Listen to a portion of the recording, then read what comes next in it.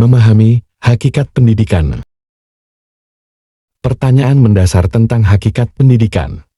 Apa itu pendidikan? Apa tujuannya? Apa manfaatnya? Apa yang seharusnya diajarkan di sekolah? Bagaimana pengetahuan dan keterampilan yang diajarkan? Bagaimana cara mengajar yang paling efektif?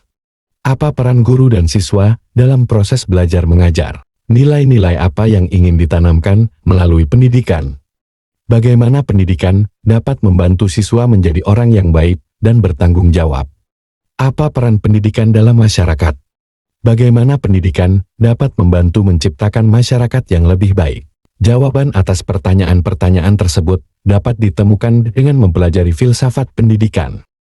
Filsafat pendidikan adalah studi tentang hakikat, tujuan, dan nilai-nilai pendidikan. Ia mengkaji pertanyaan-pertanyaan fundamental tentang apa yang seharusnya diajarkan, bagaimana cara mengajarnya, dan mengapa pendidikan itu penting.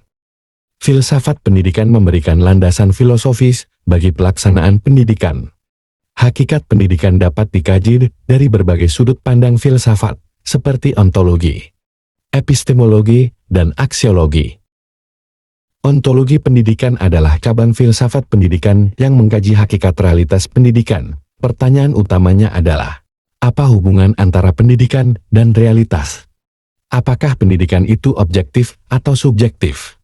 Apakah pendidikan itu universal atau kontekstual? Apakah pendidikan itu statis atau dinamis? Beberapa pandangan tentang hakikat realitas pendidikan adalah, pendidikan sebagai proses. Pendidikan dilihat sebagai proses transformasi individu dari tidak tahu menjadi tahu, dari belum terampil menjadi terampil, dan dari belum dewasa menjadi dewasa. Pendidikan sebagai produk. Pendidikan dilihat sebagai hasil dari proses belajar mengajar, berupa pengetahuan, keterampilan, dan sikap yang diperoleh individu. Pendidikan sebagai praktik. Pendidikan dilihat sebagai kegiatan yang dilakukan untuk mencapai tujuan tertentu, seperti mencerdaskan kehidupan bangsa dan mengembangkan manusia seutuhnya. Pendidikan sebagai realitas. Pendidikan dilihat sebagai realitas yang kompleks dan multidimensi yang tidak dapat disederhanakan menjadi satu definisi tunggal. Hakikat realitas pendidikan. Hakikat realitas pendidikan adalah bahwa pendidikan merupakan sebuah proses yang kompleks dan multidimensi. Pendidikan tidak hanya tentang belajar mengajar, tetapi juga tentang pengembangan manusia secara menyeluruh, persiapan untuk masa depan, dan pembentukan masyarakat. Beberapa aspek hakikat realitas pendidikan adalah, pendidikan bersifat universal. Artinya semua manusia berhak mendapatkan pendidikan. Pendidikan bersifat kontekstual, artinya pendidikan harus disesuaikan dengan kebutuhan dan kondisi masyarakat setempat. Pendidikan bersifat dinamis. Artinya pendidikan harus selalu berkembang dan beradaptasi dengan perubahan zaman. Pendidikan bersifat reflektif. Artinya pendidikan harus mendorong seseorang untuk berpikir kritis dan kreatif. Ontologi pendidikan membantu kita untuk memahami makna dan tujuan pendidikan. Beberapa jawaban atas pertanyaan apa itu pendidikan adalah, proses belajar mengajar. Pendidikan adalah proses di mana seseorang memperoleh pengetahuan, keterampilan, dan nilai-nilai. Perkembangan manusia. Pendidikan adalah proses di mana manusia mengembangkan potensi dirinya secara menyeluruh. Persiapan untuk masa depan. Pendidikan adalah proses di mana manusia dipersiapkan untuk memasuki dunia kerja dan kehidupan bermasyarakat. Pembentukan masyarakat. Pendidikan adalah proses di mana manusia dibentuk menjadi warga negara yang baik dan bertanggung jawab. Kesimpulan.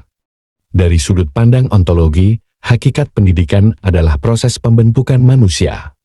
Pendidikan merupakan upaya untuk membentuk manusia menjadi makhluk yang utuh, baik secara fisik, mental, maupun spiritual. Pendidikan juga merupakan upaya untuk membentuk manusia menjadi makhluk yang utuh, baik secara fisik, mental, maupun spiritual. Pendidikan juga merupakan upaya untuk membentuk manusia menjadi makhluk yang mampu hidup bermasyarakat dan bernegara.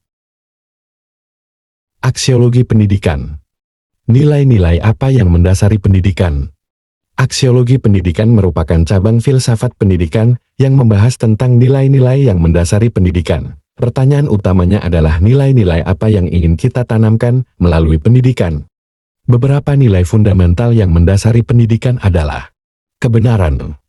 Pendidikan harus membantu seseorang untuk mencari dan memahami kebenaran. Kebaikan. Pendidikan harus membantu seseorang untuk mengembangkan moralitas dan karakter yang baik. Keindahan. Pendidikan harus membantu seseorang untuk menghargai keindahan, termasuk seni. Keadilan. Pendidikan harus membantu seseorang untuk memahami dan memperjuangkan keadilan sosial. Kebebasan. Pendidikan harus membantu seseorang untuk mengembangkan kemandirian dan pemikiran kritis.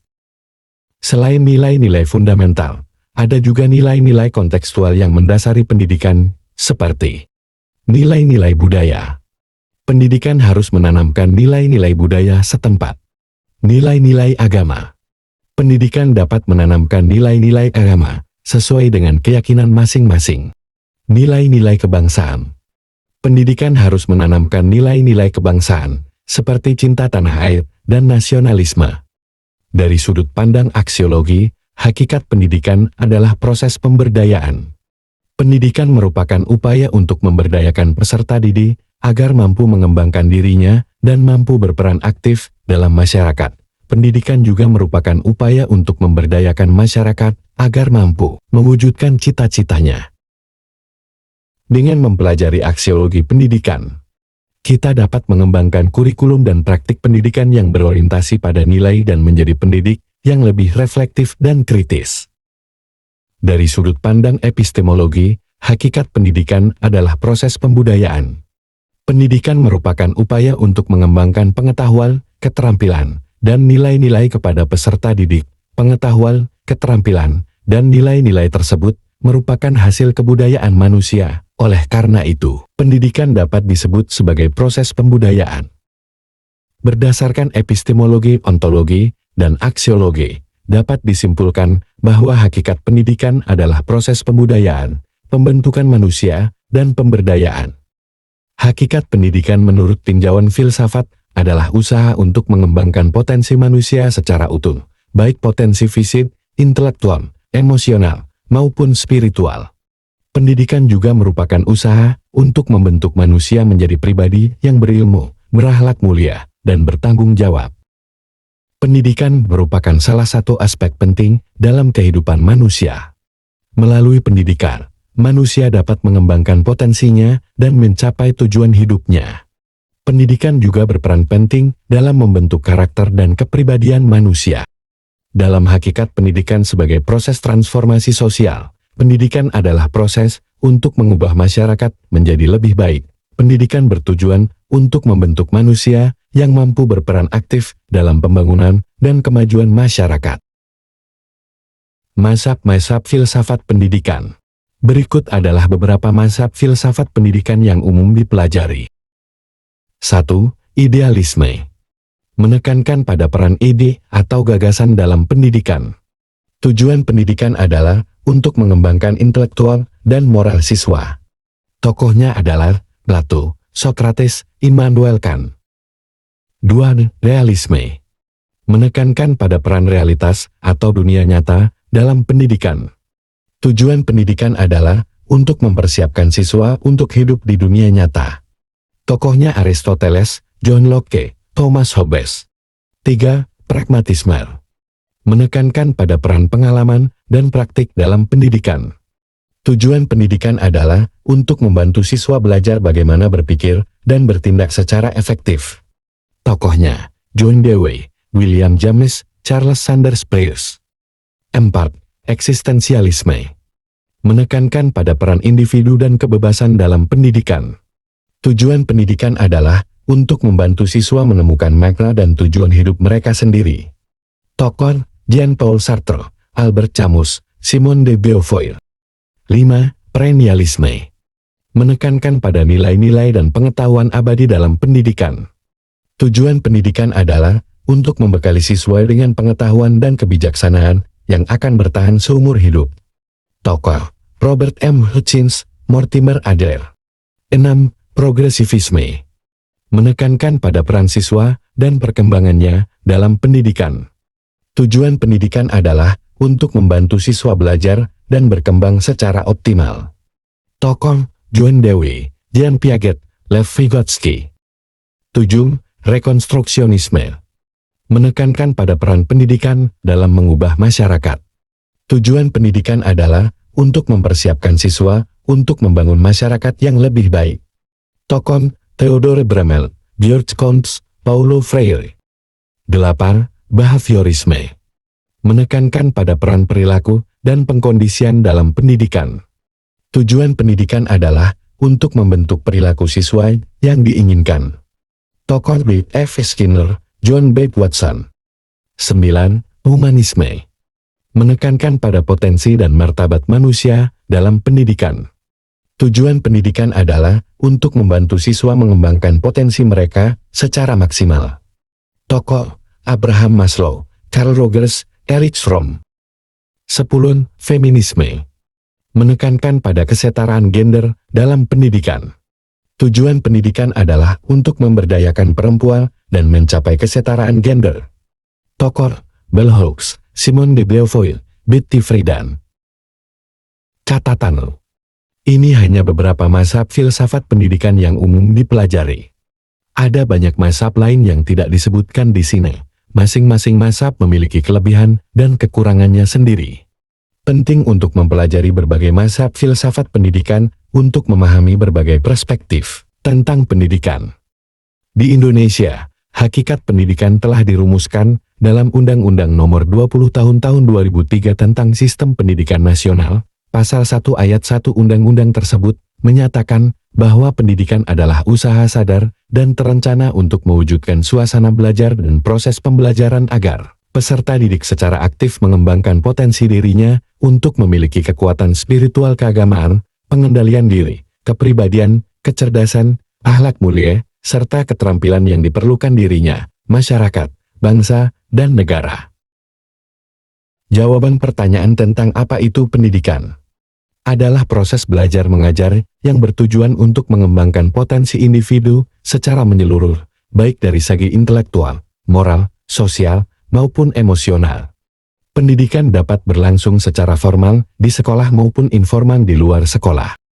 Sedangkan tujuan pendidikan adalah meningkatkan pengetahuan dan keterampilan, mengembangkan kepribadian dan akhlak mulia, mempersiapkan siswa untuk memasuki dunia kerja, membentuk warga negara yang demokratis dan bertanggung jawab.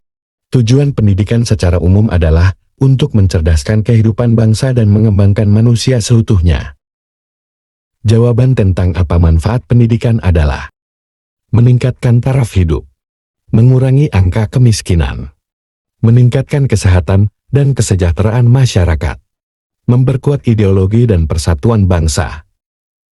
Kemudian, kurikulum adalah elemen penting dalam pendidikan. Kurikulum yang ideal haruslah relevan, komprehensif, berimbang, dan fleksibel. Pengetahuan dan keterampilan dapat diajarkan dengan berbagai metode, dan pemilihan metode yang tepat tergantung pada tujuan pembelajaran, karakteristik siswa, dan ketersediaan sumber daya. Kurikulum adalah seperangkat rencana dan pengaturan mengenai tujuan, isi, dan bahan pelajaran, serta cara penyampaiannya dalam proses belajar mengajar. Kurikulum yang ideal haruslah relevan, sesuai dengan kebutuhan dan perkembangan zaman, komprehensif, mencakup berbagai aspek pengetahuan dan keterampilan yang dibutuhkan siswa, berimbang, memberikan porsi yang seimbang antara teori dan praktik, pengetahuan dan keterampilan, serta aspek akademik dan non-akademik, fleksibilitas, memberikan ruang bagi siswa untuk mengembangkan minat dan bakat mereka. Berikut adalah beberapa hal yang seharusnya diajarkan di sekolah. Keterampilan dasar, yaitu membaca, menulis, dan berhitung. Pengetahuan umum, antara lain, sains, matematika, sejarah, geografi, bahasa, dan seni. Keterampilan hidup, seperti problem solving, critical thinking, communication, collaboration, dan creativity. Pendidikan karakter, yaitu moralitas, nilai-nilai kemanusiaan, dan nasionalisme. Pengetahuan dan keterampilan dapat diajarkan dengan berbagai metode, antara lain ceramah, guru menyampaikan materi secara langsung kepada siswa, diskusi, Guru dan siswa bertukar pikiran tentang suatu topik. Praktek. Siswa melakukan aktivitas untuk mempraktikkan pengetahuan dan keterampilan yang telah dipelajari. Project-based learning. Siswa belajar melalui pengerjaan proyek. Problem-based learning. Siswa belajar melalui pemecahan masalah. Tidak ada satu metode yang paling efektif untuk semua situasi, karena efektivitas metode pembelajaran tergantung pada berbagai faktor, seperti tujuan pembelajaran, apa yang ingin dicapai dengan pembelajaran tersebut, karakteristik siswa, bagaimana gaya belajar siswa, ketersediaan sumber daya, apa saja sumber daya yang tersedia. Metode pembelajaran yang efektif adalah metode yang dapat membantu siswa mencapai tujuan pembelajaran. Guru dan siswa memiliki peran penting dalam proses belajar mengajar. Guru harus mampu menyusun rencana pembelajaran yang efektif dan menyampaikan materi dengan jelas dan menarik. Siswa harus aktif dalam proses belajar mengajar dan menyelesaikan tugas dengan baik. Berikut adalah tips mengajar yang efektif. Gunakan berbagai metode pembelajaran. Sesuaikan metode pembelajaran dengan karakteristik siswa. Libatkan siswa secara aktif dalam proses belajar mengajar. Berikan umpan balik yang positif dan konstruktif. Ciptakan lingkungan belajar yang kondusif. Tantangan dalam pengembangan kurikulum. 1. Perubahan zaman. Kurikulum perlu diperbarui secara berkala untuk mengikuti perkembangan zaman. 2. Kesenjangan sosial. Kurikulum perlu dirancang agar dapat menjangkau semua siswa, termasuk mereka yang berasal dari latar belakang yang berbeda. 3. Keterbatasan sumber daya, dana dan infrastruktur yang terbatas dapat menghambat pengembangan kurikulum yang ideal.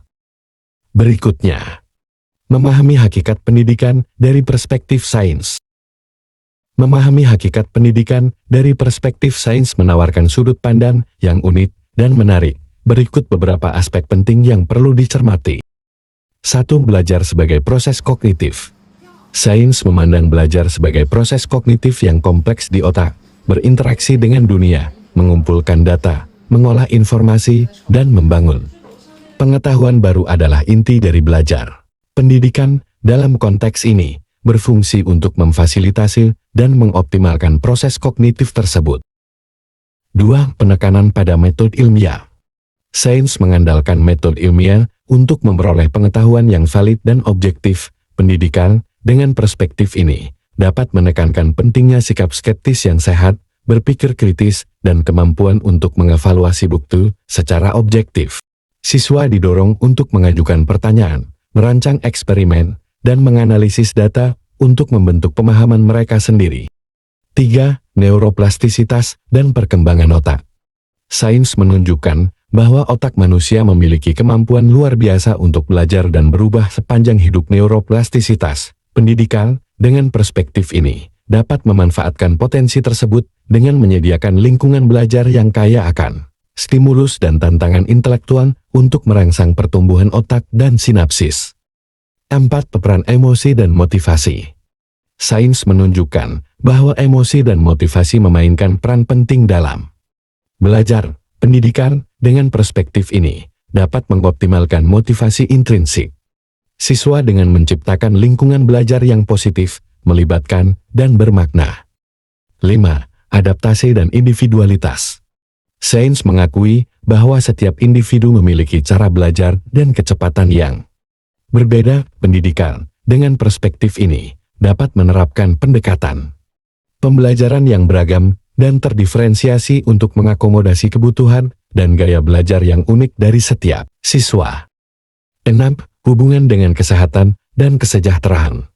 Sains menunjukkan bahwa pendidikan dapat berdampak positif pada kesehatan dan kesejahteraan secara keseluruhan. Pendidikan yang berkualitas dapat membekali individu dengan keterampilan pemecahan masalah, pengambilan keputusan, dan adaptasi yang penting untuk menjalani hidup yang sehat dan bahagia. 7. Pentingnya kolaborasi dan keterhubungan. Sains menekankan pentingnya kolaborasi dan keterhubungan dalam penemuan dan kemajuan pengetahuan. Pendidikan, dengan perspektif ini, dapat memfasilitasi kerja sama antar siswa dan mendorong mereka untuk belajar dari dan bersama satu sama lain. 8. pendidikan sebagai investasi jangka panjang. Sains menunjukkan bahwa pendidikan memiliki dampak jangka panjang yang signifikan terhadap individu dan masyarakat. Investasi dalam pendidikan yang berkualitas meningkatkan produktivitas, menurunkan tingkat kriminalitas, dan berkontribusi pada pembangunan ekonomi dan sosial secara keseluruhan. Melihat hakikat pendidikan melalui perspektif sains mendorong kita untuk lebih memahami dan menghargai proses belajar yang kompleks dan dinamis. Dengan menerapkan prinsip-prinsip ilmu pengetahuan, kita dapat membangun sistem pendidikan yang efektif, adaptif, dan berorientasi pada masa depan, yang pada akhirnya dapat memberdayakan individu dan memajukan masyarakat. Selanjutnya, hakikat pendidikan menurut Islam. Hakikat pendidikan Islam merujuk pada inti dan dasar utama dari sistem dan tujuan pendidikan dalam Islam. Ada beberapa perspektif yang berbeda, namun secara umum, berikut beberapa poin penting. 1. Rububiyah Allah. Pendidikan dipahami sebagai bagian dari proses rububiyah Allah terhadap manusia. Hal ini berarti bahwa pendidikan bukan sekadar aktivitas manusia, melainkan berakar pada hubungan spiritual dengan Allah. Manusia diciptakan sebagai makhluk termulia, dan pendidikan berperan dalam mengoptimalkan fitrah tersebut, mengantarkan menuju kesempurnaan insana yang sesuai dengan kehendak Allah. 2. Ibadah. Belajar dan mengajarkan ilmu serta nilai-nilai Islam adalah ibadah, menuntut ilmu, mengajar ilmu, dan menyebarkan kebaikan termasuk amal saleh yang akan mendapat pahala. 3. Khilafah. Manusia diberi amanah sebagai khalifah di muka bumi. Pendidikan Islam mempersiapkan individu untuk mengemban amanah ini dengan mengembangkan kapasitas intelektual, moral, dan spiritual yang dibutuhkan untuk mengelola dan memakmurkan bumi. 4. Pengembangan potensi manusia. Pendidikan Islam bertujuan untuk mengembangkan potensi manusia secara menyeluruh, tidak hanya intelektual, tetapi juga moral, spiritual, sosial, dan emosional. Tujuannya membentuk pribadi yang beriman, bertakwa, berilmu, berakhlak mulia, dan bermanfaat bagi dirinya, keluarga, masyarakat, dan lingkungan. 5. Al-Quran dan Hadits. Sumber utama bagi pendidikan Islam adalah Al-Quran dan Hadits. Ajaran Islam menjadi landasan bagi kurikulum, metode, dan nilai-nilai yang ditanamkan dalam pendidikan. 6. Penyeimbangan dunia dan akhirat. Pendidikan Islam menekankan keseimbangan antara kehidupan dunia dan akhirat. Siswa dididik untuk menjadi sukses dalam kehidupan duniawi, namun tidak mengabaikan aspek akhirat dan senantiasa mengamalkan ajaran Islam. 7. Integrasi ilmu. Tidak ada dikotomi antara ilmu agama dan ilmu umum. Semua ilmu dipandang sebagai pemberian Allah dan saling terkait. Pendidikan Islam mengintegrasikan ilmu agama dan ilmu umum untuk melahirkan insan yang berwawasan luas dan berintegritas. Pendidikan Islam menekankan pentingnya integrasi ilmu dan iman. Ilmu tanpa iman dapat mengarah pada kesesatan, sementara iman tanpa ilmu tidak lengkap dan dapat disalahgunakan. Pendidikan Islam bertujuan untuk menanamkan iman yang kokoh dan menumbuhkan rasa cinta serta takwa kepada Allah, sekaligus memberikan bekal ilmu pengetahuan yang luas dan bermanfaat. 8. Tarbiyah. Konsep tarbiyah lebih luas daripada sekadar pendidikan formal. Ini mencakup pembinaan dan pengasuhan secara menyeluruh, di mana individu dididik tidak hanya melalui pengajaran, tetapi juga melalui teladan, pembiasaan, dan pengalaman hidup. 9. Pembentukan akhlak mulia. Hakikat pendidikan Islam tidak hanya dalam ranah intelektual, tetapi juga pembentukan akhlak mulia. Tujuan utama pendidikan adalah melahirkan generasi yang berbudi luhur, bermoral, dan bertakwa, serta memiliki karakter yang kuat dan terpuji. 10. Belajar sepanjang hayat. Pendidikan Islam tidak dibatasi oleh usia atau jenjang pendidikan formal. Hakikat pendidikan Islam adalah proses belajar sepanjang hayat yang tidak pernah berhenti. Setiap individu didorong untuk terus mencari ilmu, mengembangkan diri, dan berkontribusi positif bagi masyarakat. 11. Universalitas dan inklusivitas. Pendidikan Islam bersifat universal dan inklusif. Pesan dan nilai-nilainya ditujukan kepada seluruh manusia tanpa memandang ras, suku, agama, dan latar belakang sosial. Pendidikan Islam berusaha menjangkau seluruh lapisan masyarakat dan memberikan kesempatan bagi semua orang untuk belajar dan berkembang. 12. Keterkaitan dengan masyarakat. Pendidikan Islam tidak hanya berfokus pada individu, melainkan juga memiliki keterkaitan yang kuat dengan masyarakat. Tujuannya adalah untuk melahirkan generasi yang tidak hanya berilmu dan berakhlak mulia, tetapi juga peduli dan terlibat aktif dalam membangun masyarakat yang adil, sejahtera, dan sesuai dengan nilai-nilai Islam. 13. Dinamis dan adaptif.